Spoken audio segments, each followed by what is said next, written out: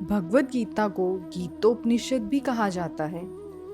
यह वैदिक ज्ञान का सार है और वैदिक साहित्य का सर्वाधिक महत्वपूर्ण उपनिषद है। भगवान श्री कृष्ण ने अर्जुन को सूचित करते हुए कहा था कि भगवद गीता की यह योग पद्धति सर्वप्रथम सूर्यदेव को बताई गई। सूर्यदेव ने इसे मनु को बताया और मनु ने इसे इक्ष्वाकु को बताया। इस प्रकार गुरु परंपरा द्वारा यह योग पद्धति एक वक्ता से दूसरे वक्ता तक पहुंचती रही, लेकिन कालांतर में यह छिन्न भिन्न हो गई। फलस्वरूप भगवान को इसे फिर से बताना पड़ रहा है, इस बार अर्जुन को कुरुक्षेत्र के युद्धस्थल में। श्री कृष्ण अर्जुन से कहते हैं कि मैं तुम्हें यह परम रहस्य इसलिए प्रदान कर रहा हूँ क्योंकि तुम मेरे भक्त तथा मित्र हो। इसका तात्पर्य यह है कि भगवद गीता ऐसा ग्रंथ है जो विशेष रूप से भगवत भक्त के लिए ही है, भगवत भक्त के निमित्त है। भगवद गीता क्या है? भगवद गीता का प्रयोजन मनुष्य को भौतिक संसार के अज्ञान से उबारना है। प्रत्येक व्यक्ति अनेक प्रकार की कठिनाइयों में फंसा रहता है। जिस प्रकार अर्जुन भी कुरुक्षेत्र में युद्ध करने के लिए कठिनाई में था, अर्जुन ने श्री कृष्ण की शरण ग्रहण कर ली। फलस्वरूप इस भगवद गीता का प्रवचन हुआ। न केवल अर्जुन वरन हम में से प्रत्येक व्यक्ति इस भौतिक अस्तित्व के कारण चिंताओं से पूर्ण है। हमारा अस्तित्व ही अन्यस्तित्व के परिवेश में है। वस्तुतः हमें अनस्तित्व से भयभीत नहीं होना चाहिए। हमारा अस्तित्व सनातन है, लेकिन हम किसी न किसी कारण से असत में डाल दिए गए हैं।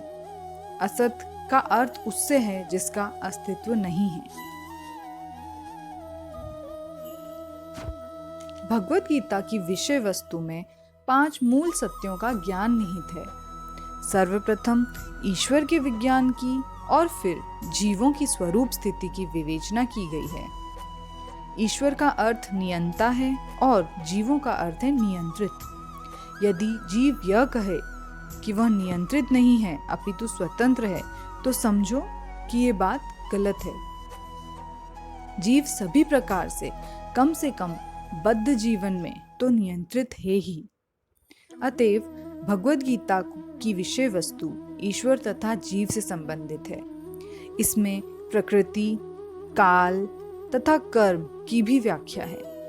यह दृश्य जगत विभिन्न कार्यकलापों से ओतप्रोत है।